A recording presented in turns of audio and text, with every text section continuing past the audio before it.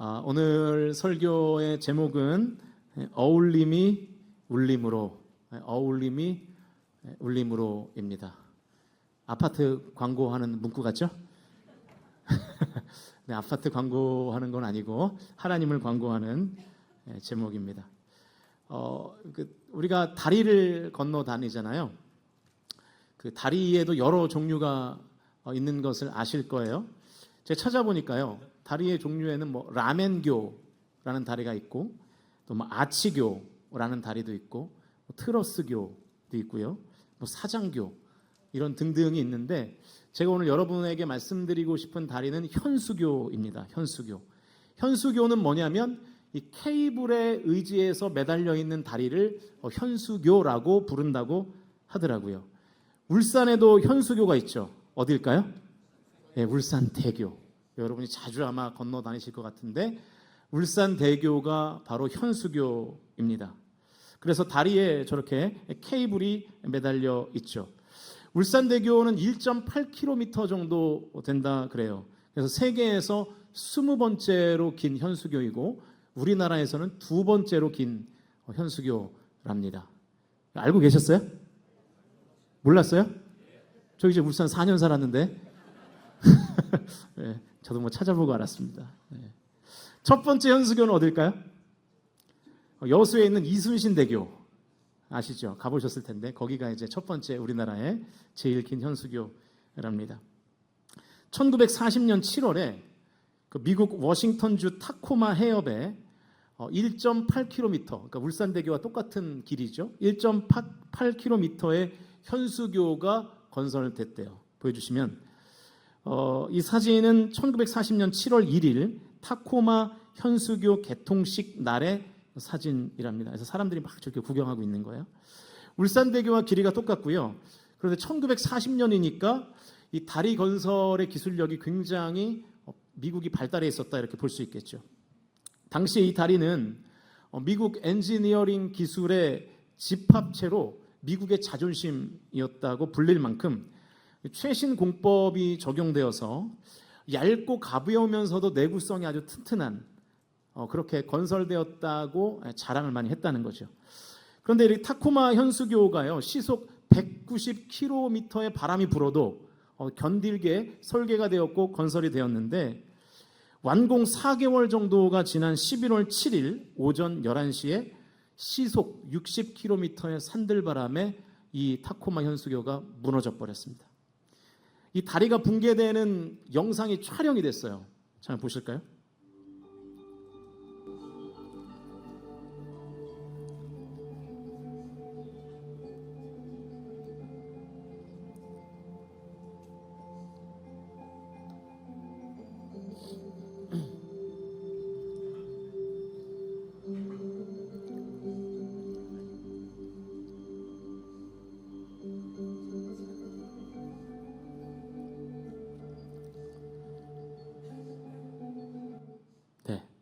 제가 굳이 이 영상을 보여드리는 이유가 있습니다. 다리가 무너지기 직전의 모습을 여러분이 보셨으면 좋겠어서 제가 준비한 거예요.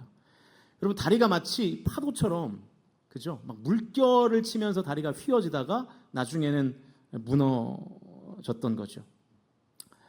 충격에 휩싸인 미국이 이 전문가들이 이제 모여서 원인을 분석했는데 조사 결과 붕괴 원인은 강풍이 아니었고요, 진동에 의한 공명으로 밝혀졌습니다. 그래서 좀 전에 본 영상처럼 다리가 이렇게 파동의 곡선을 그리면서 막 흔들리다가 무너져 버린 거예요. 원래 세상의 모든 물체들은 각자의 진동수를 가지고 있답니다. 각자마다 다 다른 진동 주기를 가지고 있는 거예요. 그런데 어떤 한 물체의 진동수가 있는데 외부에서 또 다른 진동이 덮쳐올 때 이 두 진동이 서로 어울리면서 큰 파동을 일으키게 되고 결국에 저렇게 튼튼하게 지어졌다는 다리가 무너지게 되는 것입니다. 그래서 원래 물체는 약간 요렇게 되는 진동을 가지고 있었는데 외부의 또 다른 진동과 만나면서 진동의 폭이 커지게 된 것이죠. 이렇게 진동과 또 다른 진동의 만남을 공명현상이라고 불러요. 공명. 우리말로 하면 울림입니다. 울림. 진동수가 맞으면 울림이 커지는 거예요. 진동수가 맞으면 더 이렇게 곡선을 그리면서 울렁울렁 하는 것이죠. 우리가 쉽게 경험하는 이 울림이 뭐냐면 배멀미입니다. 배멀미. 사람도요 고유한 진동수를 가지고 있어요. 그런데 배를 타면 배도 진동수를 가지고 있게 되는 거죠. 파도 때문에요. 그래서 인간이 가지고 있는 진동수와 파도의 진동수가 같이 결합되면서 우리의 속이 위아래로 흔들리기 시작하는 거예요. 그러다가 이제 배멀미가 시작되는 거죠. 두 진동의 어울림이 이 배멀미라는 울렁거림을 만들어내는 것입니다. 마찬가지로 다리가 가진 진동과 60km의 산들바람이 가진 진동, 이 두 진동이 어울려서 공명이라는 울림을 만들어냈고 타코마 다리가 울렁거리면서 결국에는 무너졌던 것입니다. 그래서 이렇게 정리할 수가 있겠죠.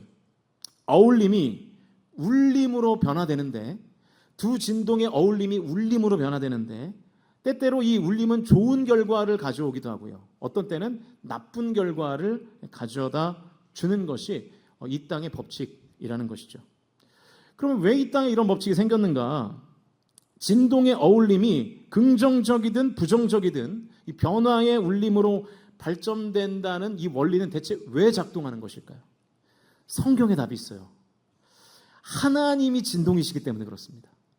하나님이 진동이시기 때문에 하나님이 창조하신 세계에는 다 각자가 가지고 있는 고유한 진동수가 있는 거예요. 여러분, 하나님께서 이 세상을 뭘로 창조하셨습니까? 말씀으로 창조하셨죠. 온 세상은 하나님의 말씀, 다시 말하면 하나님의 음성, 하나님의 소리로 창조되었습니다. 여러분, 소리에는 파동이 있는 거 아시죠? 소리에도 진동이 있다고요. 그래서 성경에는 하나님의 역사를 진동으로 표현하는 경우가 있습니다. 진동이라는 표현이 처음 나오는 성경이 출애굽기인데요. 출애굽기 19장 18절 말씀 같이 읽어보겠습니다. 시작. 시내산의 연기가 자욱하니 여호와께서 불 가운데서 거기 강림하심이라. 그 연기가 옹기가마 연기같이 떠오르고 온 산이 크게 진동했대요. 하나님이 임재하시니까 온 산이 크게 진동했대요. 여기서 진동하다라는 단어가 히브리어로 하라드라는 단어인데 떨다, 놀라다, 두려워하다, 전율하다 이런 뜻입니다. 그래서 이 진동이라는 단어를 쓰고 있지는 않지만 하나님의 임재, 하나님의 진동이 시내산에서 임하니까 백성들이 이런 반응을 보여요. 조금 올라가서 19장 16절인데요. 읽어보겠습니다. 시작. 셋째 날 아침에 우레와 번개와 빽빽한 구름이 산 위에 있고 나팔 소리가 매우 크게 들리니 진중에 있는 모든 백성이 다 떨더라. 우레와 번개와 빽빽한 구름은 하나님의 임재를 나타내는 표현이잖아요. 하나님의 진동이 시내산에 임했다고요. 하나님의 진동이 임했더니 모든 백성이 다 어떻게 했대요? 떨었대요. 여기서 이 떨다라는 단어의 의미가 좀 전에 살펴봤던 하라드, 진동과 똑같은 단어입니다. 하나님의 진동과 피조물인 인간의 진동이 어울리니까 두려움이라는 변화의 공명현상이, 울림현상이 나타나게 되더라는 거예요. 그래서 여러분, 가끔 교회에 처음 나오는 새가족들 있잖아요. 그러니까 예전에 다녔던 분들 말고 완전, 우리는 이제 생짜배기라고 부르는데 완전 생짜 새가족이 교회를 오면 교회 예배를 한번 드려보면 두려움이 임할 때가 있어요.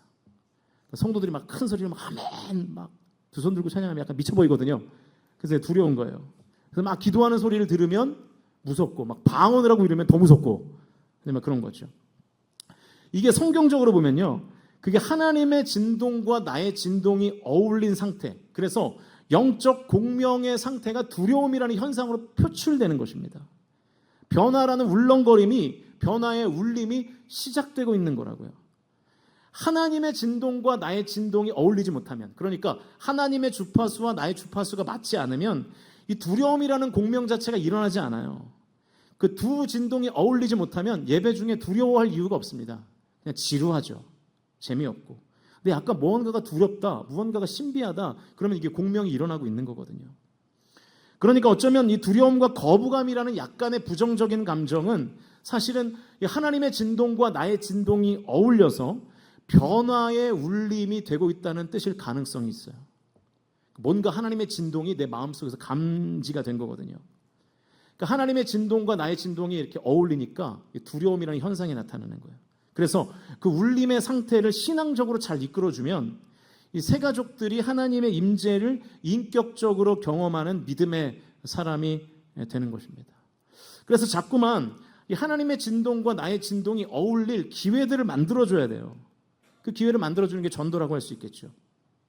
혹시 여러분의 가족 중에, 내가 사랑하는 사람 중에 아직 하나님의 진동과 어울림이 없는 분들이 계시다면 오늘 이 예배 가운데, 또 여러분이 중보기도하는 가운데, 또 전도하는 가운데 이 진동의 어울림이 생겨서 신앙이라는 변화의 울림이 경험되실 수 있기를 주님의 이름으로 간절히 축원드립니다. 제가 조금 전에 하나님은 진동이시기 때문에 하나님이 창조하신 세계에도 고유의 진동이 있다 말씀드렸는데, 그래서 이 서로 다른 진동들이 어떻게 조합되느냐가 굉장히 중요합니다. 왜냐하면 이 진동과 진동이 어울려서 좋은 울림이라는 결과를 만들어낼 수도 있고, 이 진동과 진동이 잘못 어울려서 나쁜 울림이라는 결과를 만들어낼 수도 있거든요. 오늘 본문을 보시면 이 좋은 울림과 나쁜 울림 사이에 이 기로에 서 있는 한 사람이 나옵니다. 진동과 진동의 좋은 어울림과 진동과 진동의 나쁜 어울림 사이에 서 있는 그 한 사람, 그 사람의 이름은 헤롯이었어요. 성경에는 6명의 헤롯이 나오죠. 헤롯 대왕, 헤롯 아켈라오, 헤롯 안티파스, 헤롯 빌립, 헤롯 아그리파 1세, 2세 이렇게 여러 헤롯이 나오는데, 오늘 본문에 나오는 헤롯은 헤롯 안티파스, 헤롯 안디바라고도 불리는 분봉왕 헤롯이었습니다. 헤롯에 대한 배경을 잠깐 설명하면, 헤롯 안티파스는 유대 지역 전체를 다스렸던 헤롯 대왕의 아들입니다. 주전 한 20년경에 출생을 해서 주년 4년부터 주후 한 39년까지, 그러니까 청소년기 때부터 왕이 됐죠. 그래서 이 갈릴리와 이제 베레아 지역을 통치했던 분봉왕이었어요. 그러니까 분봉왕이니까 유대 지역 전체를 다 다스리는 왕이 아니라 유대 지역의 4분의 1 정도를 다스리는 왕이었습니다. 헤롯 안티파스라는 인물의 배경은 이 정도로 하고요. 이제 오늘 본문 말씀을 세 부분으로 나누어서 메시지를 찾아보겠습니다. 마가복음 6장 20절 말씀 읽어보겠습니다. 시작.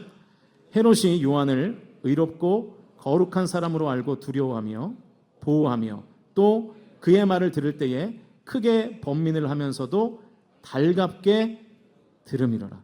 자, 첫 번째 살펴볼 부분은 이거예요. 그의 말을 들을 때에 라는 부분입니다. 이 그의 말이라고 하는 것은 본문의 문맥상 세례 요한이 한 말을 의미합니다. 세례 요한이 헤롯 안티파스에게 이런 말을 했어요. 17절인데요. 읽어보죠. 시작. 전에 헤롯이 자기가 동생 빌립의 아내 헤로디아에게 장가든 거로 이 여자를 위하여 사람을 보내어 요한을 잡아 옥에 가두었으니, 헤롯 안티파스가 이복 동생인 헤롯 빌립의 집에 놀러 갔다가 동생의 아내를 보고 한눈에 반한 거예요. 동생의 아내 이름이 뭐였어요? 헤로디아였어요. 이 헤로디아의 별명이 뭐였냐면 예루살렘의 클레오파트라였습니다. 이집트의 클레오파트라 말고 예루살렘의 클레오파트라. 그러니까 그만큼 굉장히 절세 미인이었던 것 같아요. 그래서 안티파스가 동생의 아내 헤로디아를 빼앗아가지고 자기 아내를 삼아버린 거예요. 일반 역사를 기록한 책에 보면 헤롯 안티파스의 원래 아내는 아라비아 나비테아 왕국의 아레스 4세의 딸이었습니다. 근데 기록에 의하면 이 안티파스가 아레스 4세의 딸과 이혼을 했어요. 이혼 사유가 뭐였을까요? 못생겨서였습니다. 황당하죠? 아마도 지금 우리 교회에 속한 부부 중에 못생긴 것이 이혼 사유라면 웬만한 가정 다 이혼했을 가능성이 많아요. 그죠? 이혼이 속출할 겁니다. 아니라고 생각하시는 분들은 거울을 보십시오. 네. 왜냐하면 우리가 뭐 외모로 먹고 사는 성도가 없잖아요. 생긴 거 다 거기서 거기잖아요. 뭐 전혀 동의를 안 하시는 것 같은데, 제가 이제 목사 안수 받기 전까지 청년 사역을 했거든요. 제가 서울수정교회에서 청년 사역을 했는데, 그때 청년들이 저한테 그러더라고요. 전사님, 전사님 설교가 너무 은혜가 된대요. 그 얘기를 듣는 설교자가 얼마나 마음이 기뻐요. 거기까지만 하면 좋은데 꼭 한마디를 덧붙여요. 근데 눈을 감고 들으면 은혜가 더 된다는 거예요. 눈을 감고 전사님의 설교를 들으면서 막 은혜를 받고 있는데 갑자기 눈을 뜨면 은혜가 확 사라진다는 거예요. 무슨 얘기하는 거죠? 못생겼다는 말을 지금 돌려서 하고 있는 겁니다. 그러니까 제가 지금은 여러분 많이 사람이 된 겁니다, 이게. 예전에 제가 총각 때는 막 피골이 상접해가지고 거의 뭐 이렇게 꼴이 약간 그지 비슷하게 막 그렇게 하고 다녔거든요. 그럼 우리의 외모가 뭐 다 그런 거 아니겠습니까? 그런데 이 헤롯 안티파스는 외모가 못생겼다고 이혼을 하고 헤로디아가 이쁘다고 또 결혼을 한 거예요. 세례 요한이 바로 이 지적을 지금 헤롯 안티파스에게 한 것입니다. 18절 말씀 읽어보죠. 읽겠습니다. 시작. 이는 요한이 헤롯에게 말하되 동생의 아내를 취한 것이 옳지 않다 하였습니다. 여러분, 세례 요한의 이 말은 어떤 것을 기준으로 옳지 않다고 말하는 것일까요? 도덕적인 기준으로 옳지 않다고 하는 걸까요? 그렇지 않습니다. 당시의 도덕 기준으로는 아무런 저촉사항이 없어요. 아무 문제 없는 거예요. 자기가 왕인데요, 뭐. 세례 요한이 헤롯에게 잘못됐다고 말하는 이유, 그 기준은 말씀입니다. 레위기 20장 21절 말씀 읽어보겠습니다. 시작. 누구든지 그 형제의 아내를 데리고 살면 더러운 일이라. 그가 그 형제의 하체를 범함이니 그들에게 자식이 없으리라. 그러니까 도덕이 아니라 하나님의 말씀에 어긋난다고 지금 세례 요한이 헤롯 안티파스에게 말하는 거예요.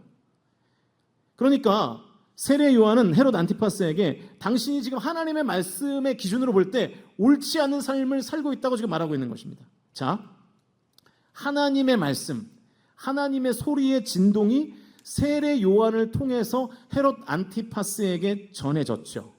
그럼 여기서 이제 헤롯의 반응을 보면 되겠죠. 20절 후반부 말씀만 다시 한번 읽어보겠습니다. 시작. 그의 말을 들을 때에 크게 번민을 하면서도 달갑게 들음이로라. 두 번째 우리가 살펴본 말씀의 주제는 크게 번민을 하면서도입니다.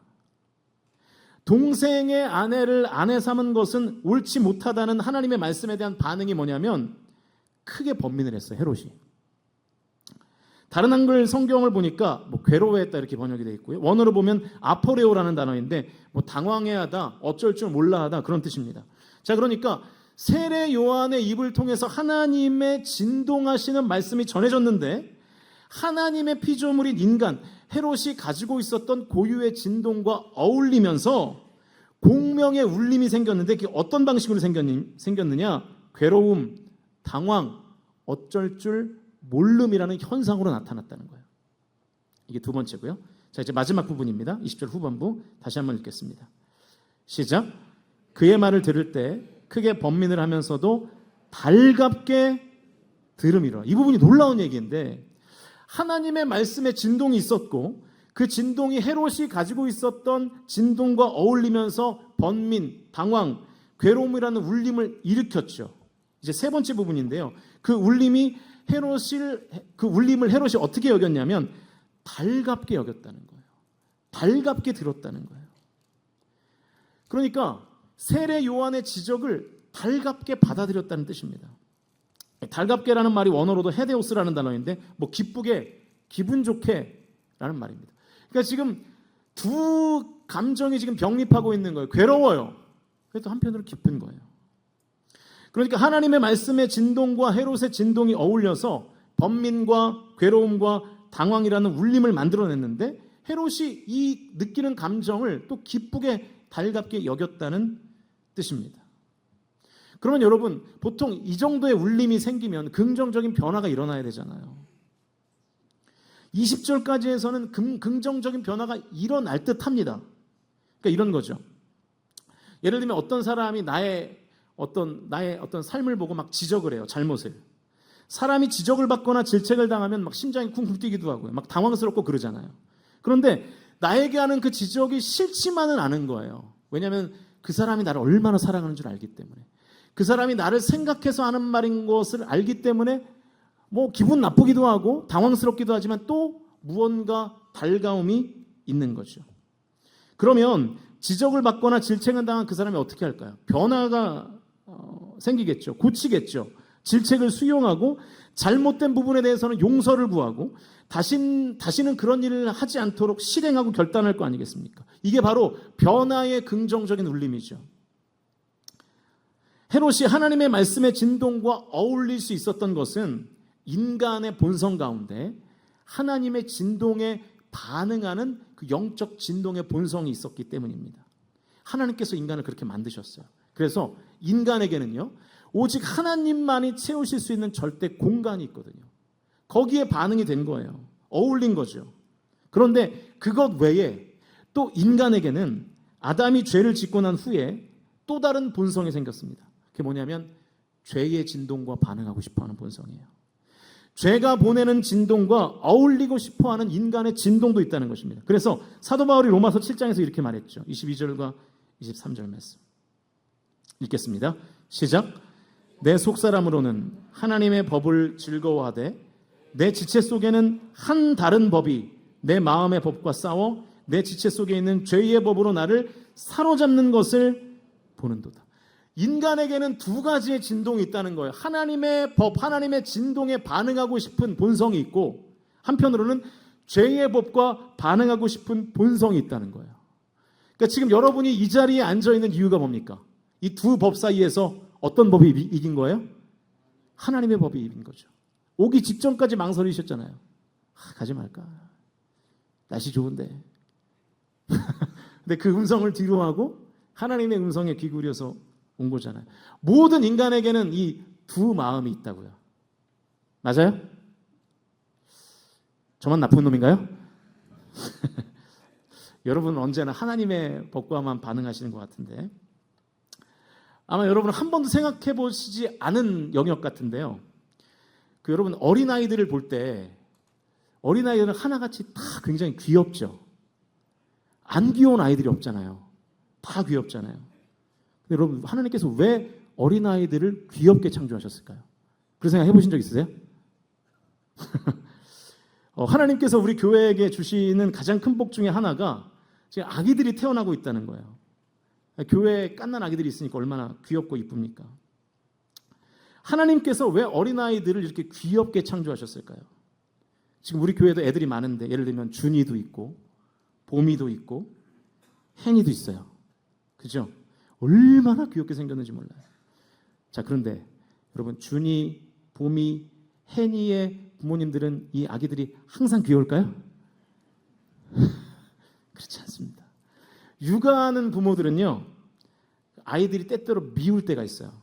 왜냐하면 이 아이가 내 마음대로 안 되거든요.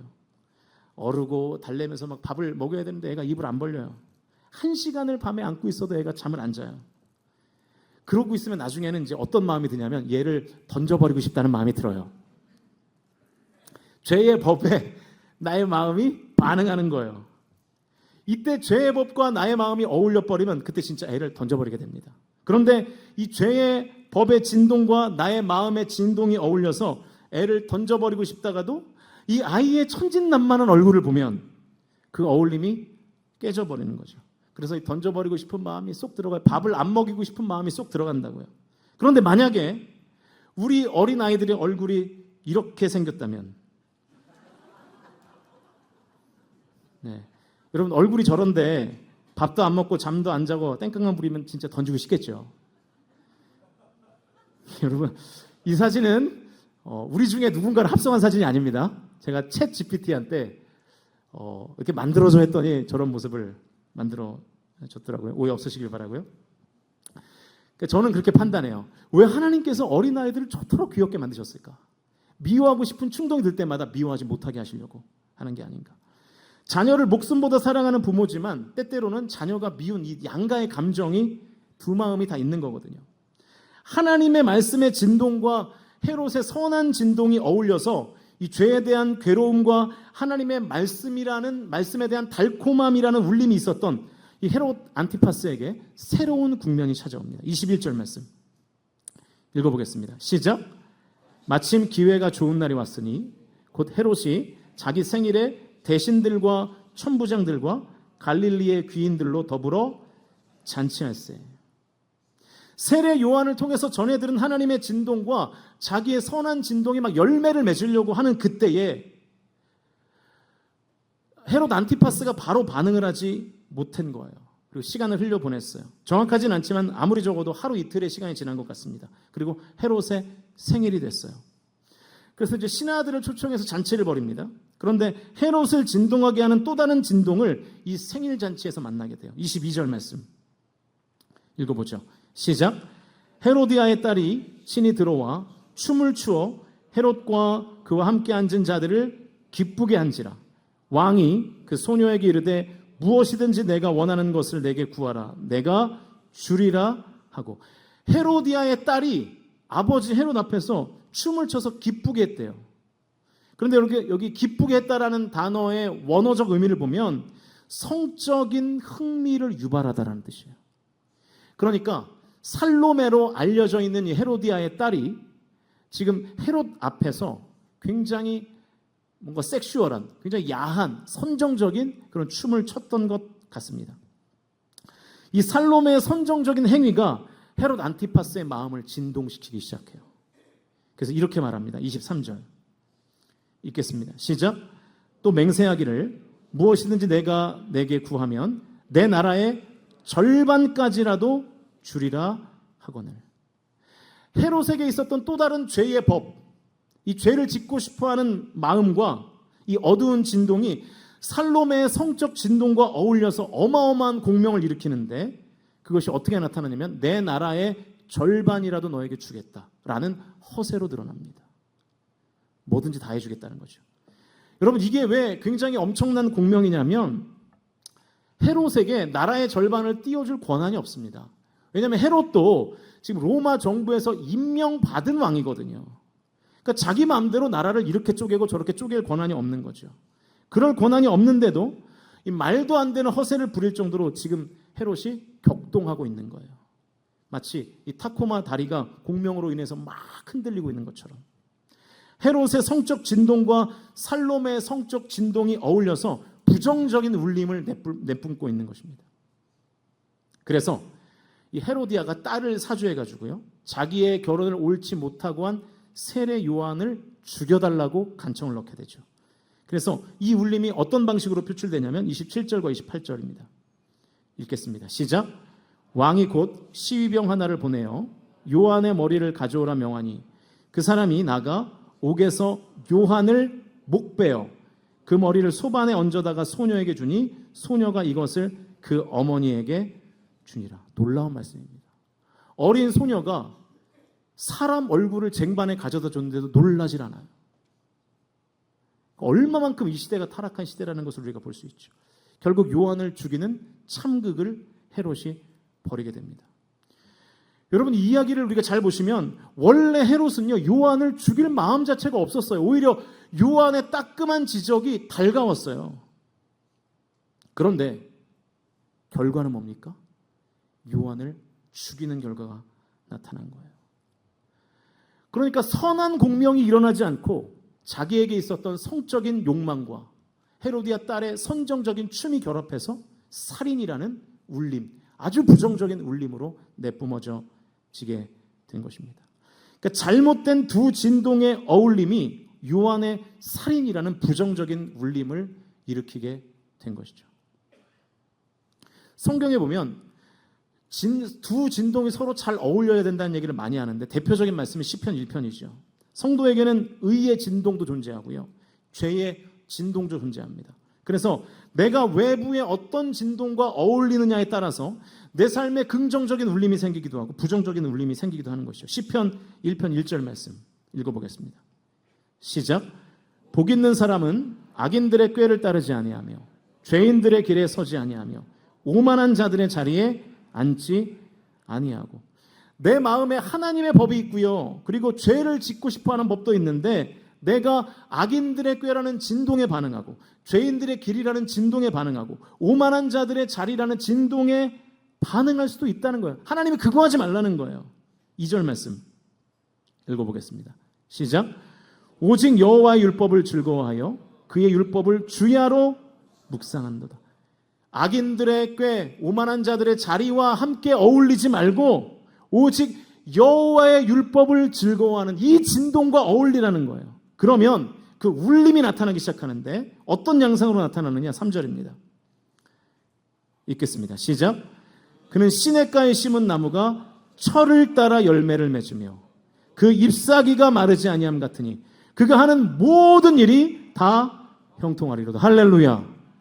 그러니까 우리가 어떤 진동에 반응하느냐에 따라서 철을 따라 열매를 맺기도 하고 잎사귀가 마르지 아니함 같은 결과를 맞기도 하고 모든 일이 다 형통할 수 있다는 것입니다. 사랑하는 성도 여러분, 나의 진동이 하나님의 진동과 어울려서 철을 따라 열매를 맺으며 잎사귀가 마르지 않고 형통케 되는 울림의 현상을 저와 여러분의 삶 가운데 경험하실 수 있기를 주님의 이름으로 간절히 축원드립니다. 우리의 문제가 뭐냐면 우리 안에 죄의 법에 반응하고 싶어하는 진동이 있어요. 삶을 막 비관하고요. 내 안에 막 부정적인 게 가득해요. 어쩔 줄 모르겠는 그런 때가 있다고요. 살다 보면 그런 순간이 옵니다. 그러면 그런 부정적인 진동을 내가 가지고 있을 때는 어떻게 해야 됩니까? 외부의 또 다른 부정적인 진동을 피해야죠. 차단해야죠. 그래야 이 부정적인 두 진동이 어울려서 파급력이 일어나지 않는 거잖아요. 그런데 우리의 마음속에 불안이 가득 차 있고 원망과 불평이 가득 차 있을 때 불안을 더 가중시켜줄 사람을 만나고 원망과 불평을 함께 내뱉어줄 사람을 만난다고요. 우리가 그런 사람들을 찾아다닌다고요. 그러니까 부정적 진동들끼리 어울려서 내 인생을 엿가락처럼 휘게 만드는 거예요. 손 아처의 빅 포텐셜이라는 책을 보니까 이런 내용이 있더라고요. 아침에 일어나서 제일 먼저 아침에 일어나서 하는 일이 부정적인 뉴스를 3분만 시청을 해도요. 6시간이나 8시간이 지난 후에 불행감을 느낄 가능성이 30%가 늘어난답니다. 3분을 봤는데 30%가 증가한대요. 그래서 내 안에 부정적인 마음이 진동할 때 어떻게 해야 되냐면 부정적인 정보들, 부정적인 자극적인 뉴스들, 우리의 삶의 부정적인 상황들을 묵상하면 안 되고 하나님의 말씀을 듣고 하나님께 기도함으로 나의 부정적인 진동들을 감하는 지혜가 필요한 것입니다. 상쇄시켜야 되는 거예요. 그래야 내 삶에 파괴적인 울림이 생기지 않는 거예요. 여러분, 헤롯 안티파스가 동생의 아내였던 헤로디아와 결혼한 것은 하나님의 말씀의 기준으로 볼 때 옳지 않은 것이라는 세례 요한의 말을 들었잖아요. 세례 요한의 그 말이 자기 자신을 괴롭게 했지만 동시에 달콤했어요. 아, 세례 요한의 이 말이 정말로 나를 위한 말이었겠구나. 여기까지는 좋았다고요. 그래서 곧바로 그 다음 날 헤로디아와의 결혼을 철회하고 다시 나바테아 왕국의 아레타스 4세를 다시 아내로 맞이했다면 안티파스의 삶이 어떻게 바뀌었을까요? 역사의 가정이라는 것은 없지만 헤롯 안티파스라는 인물의 실제 결말을 보면 우리가 이 가정의 결과를 예측할 수 있습니다. 실제로 헤롯 안티파스는 오늘 본문 이후에 큰 어려움을 겪는데 유대인 역사가 요세푸스의 유대 고대사를 보면 원래 부인의 아버지였던 나비테아의 아레타스 4세가 자기 딸을 버린 헤롯과 전쟁을 벌입니다. 내 딸을 버렸다는 이유로 전쟁을 벌여요. 그래서 헤롯 안티파스가 거의 죽기 직전까지 왔었습니다. 그런데 로마가 개입해서 간신히 목숨만 살려줘요.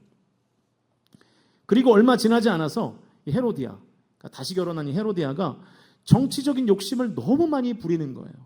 그래서 결국 로마가 이 안티파스의 정권을 몰락시킵니다. 아, 얘가 우리의 말을 들으려고 하지 않는구나. 자기의 왕국을 세우려고 하는구나. 그래서 헤로디아 때문에 이 헤롯 안티파스가 통치하던 이 왕권을 다 무너뜨려 버려요. 그래서 스페인으로 헤롯 안티파스가 유배를 가게 되고요. 거기서 비참하게 인생을 마무리하게 됩니다. 그러니까 헤롯 안티파스는 원래의 아내를 버려서 망했고요. 새로운 아내를 들여서 더 망하게 된 것입니다. 만약 헤롯 안티파스가 세례 요한을 통해서 전해진 하나님의 진동에 적극적으로 응답했다면 그의 인생이 이렇게 비참해지지는 않았을 것이고 어쩌면 하나님께 쓰임받는 헤롯이 되었을 수 있겠죠. 여기서 우리가 교훈을 얻어야 돼요. 사랑하는 성도 여러분, 하나님의 진동과 어울려 긍정적이고 생산적인 울림이 저와 여러분의 삶 가운데 임하실 수 있기를 주님의 이름으로 간절히 축원드립니다. 말씀을 정리하면서 짧은 영상을 하나 보겠습니다. 검은색 팽이에 한번 집중해서 봐보세요. starting off with 4, with 5, 6. Oh, 2 out already, 3 out already. 신기하지 않으세요? 이런 거 원래 알고 계셨어요? 멈춰있는 팽이가 있습니다. 그런데 팽팽 도는 다른 한 3, 4개의 팽이가 있어요. 두 팽이가 어울리기 시작해요. 이 팽이와도 어울리고 저 팽이와도 어울리고.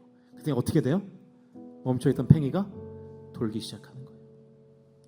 여러분, 여기서 우리가 영적 진리를 깨달아야 됩니다. 우리에게는요, 팽팽팽 도는 팽이와 같은 분이 계세요. 시편 121편 4절 읽겠습니다. 시작. 이스라엘을 지키시는 이는 졸지도 아니하시고 주무시지도 아니하시리로다. 할렐루야. 하나님이, 나를 지키시는 하나님이 지금 뭐 하신다는 뜻이냐면 팽팽팽팽 돌고 계신다는 뜻이에요. 그러니까 내가 하나님 옆에만 있으면, 하나님과 어울리면, 내가 아무리 지금 무기력증에 빠져 있어도, 내 삶에 실패가 가득해도 하나님 옆에 있으면 주님이 나를 막 치셔가지고 나를 돌게 하시는 거예요. 하나님은 한순간도 쉬지 않으시고 팽팽 나를 지키고 계십니다. 그러므로 우리가 하나님과 어울리기만 시작하면 저와 여러분의 실패, 저와 여러분의 무기력, 저와 여러분의 아픔, 상처가 회복된다는 것을 믿으실 수 있기를 주님의 이름으로 축원드립니다. 왜 이렇게 우리의 상처가 오래가느냐? 왜 이렇게 우리의 실패가 지속되느냐? 여러분 옆에 지금 누가 있습니까? 여러분이 지금 묵상하는 것이 무엇입니까? 세상의 비관적인 소식들, 올해도 어려울 것이다, 그런 소식들만 묵상하며 살고 있지 않습니까? 여러분의 만나는 사람이 하는 말들을 한번 들어보십시오. 하나님 믿고 같이 이겨내자, 이런 말 하는 사람들이 여러분 주변에 있습니까? 같이 원망하고 같이 비판하고 같이 불평하고 그런 사람들이 내 옆에 있는 거 아니에요? 나의 영이 회복될 수가 없는 것이죠. 팽팽 도시는, 팽이 되시는 하나님을 가까이 하실 수 있기를 주님의 이름으로 축원드립니다. 내가 고난 중에 있을 때, 내가 무기력할 때, 하나님의 진동과 어울릴 때 우리의 삶에 하나님과 나 사이에 엄청난 울림, 공명이 생기게 되고, 다시 내가 일어나고 나의 실패를 딛고 역전케 하시는 하나님의 은혜를 저와 여러분의 삶에서 경험하실 수 있기를 주님의 이름으로 간절히 축원드립니다. 그 하나님 의지하세요. 여러분, 사람들 아침에 일어나서 여러분 가장 먼저 접하는 정보가 뭡니까? 말씀입니까? 아닐 때가 더 많지 않아요? 유튜브로 뭐 이상한 영상 보고 계시지 않습니까? 유튜브로 맨날 뉴스 보고 계시지 않아요? 뭐 정치 뉴스 맨날 그런 거 보고 계시지 않습니까? 그러면서 내 삶에 소망이 없다고 말하고 있지 않습니까? 여러분, 아침에 일어나셔서 하나님의 말씀으로 하루를 시작하실 수 있기를 주님의 이름으로 축원드립니다. 그렇게 해보세요. 정말 여기서만 아멘하고 나가서 똑같이 살지 마시고, 내가 매일 아침에 눈 뜨자마자 성경책 옆에 두고 아침에 눈 뜨자마자 하나님의 말씀 한 절이라도 읽고 시작해 보십시오. 우리 교회 새벽예배 유튜브 왜 안 보세요? 아침에 일어나서 새벽예배 유튜브 들으면서 준비하세요. 이상한 거 보지 마시고. 우리의 영이 무너지는 이유는 다 원인이 있어요. 이유가 있어요. 팽팽 돌아가는 하나님의 팽이와 우리가 부딪히지 않기 때문에, 어울리지 않기 때문에. 우리의 삶을 다시 한번 고쳐 팽팽 돌아가는 하나님의 팽이와 저와 여러분이 어울려 저와 여러분의 삶 가운데 하나님의 능력이라는 울림이 충만하실 수 있기를 주님의 이름으로 간절히 축원드립니다.